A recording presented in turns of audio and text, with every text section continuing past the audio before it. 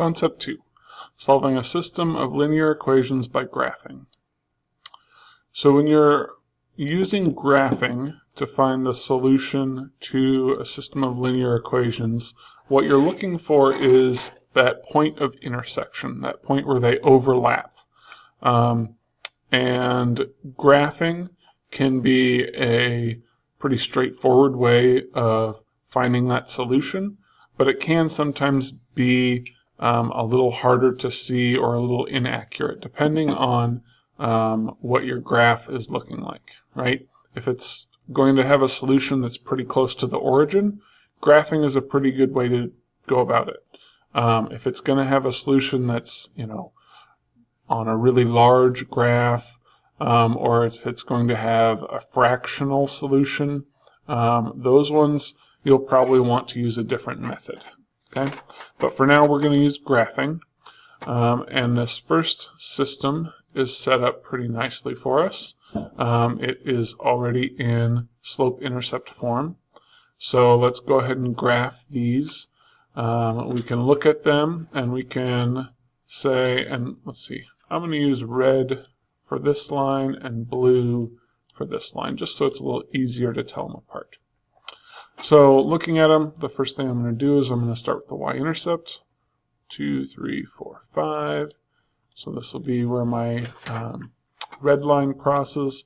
And then I'm just going to make one other point, and it's going to be at negative 1, 2, 3 over 1. So now I've got my 2 points, and I will draw my line. It's going to be something like that, and then I'll extend it all the way out so it fits.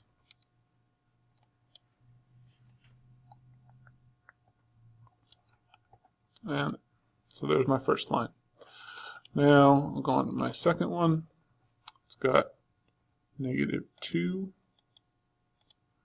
as its y-intercept, and then the slope is 1/2, so it'll go up 1 over 2, and I can already see where my intercept's going to be, but I can go ahead and graph it. Oops, I want a curve. And should look something about like that. Take that all the way. And I can see that for these two linear equations, my intersection is going to be at 2, negative 1. And then I would go back and I would check it, and I would say, okay, if I put in 2 for my x value, negative 1 for my y, are these both going to be solutions? And in this case, yes, they will be. Okay? All right. So let's go on to our other one. Let's do that example as well. Get rid of those guys. So now what's going to happen is a lot of times you're going to get equations that aren't nice. They don't necessarily start in slope-intercept form, and you're going to have to move them into slope-intercept form.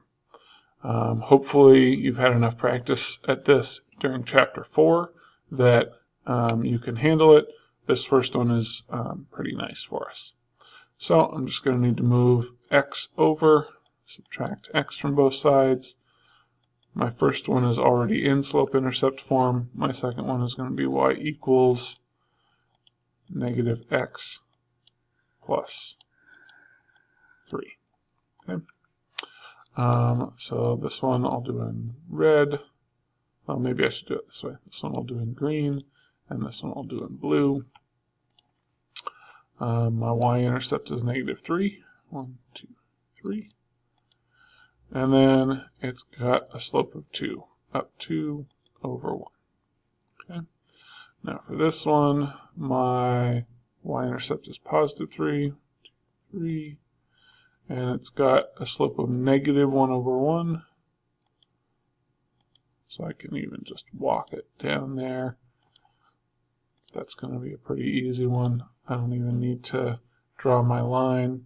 This one is up 1, or up 2 over 1, up 2 over 1, and there I can see where they intersect. And I can draw my line. It'll look something like that. And this one, maybe I'm on the right one. Nope. Something like that. But I can see that they intersect here at 2, +1. So that would be my solution. Okay, so for this one, we have 2, +1 as the solution of my system. And this one, oh, if I remember right, I think it was 2, -1 for the solution of my system. And I'm done.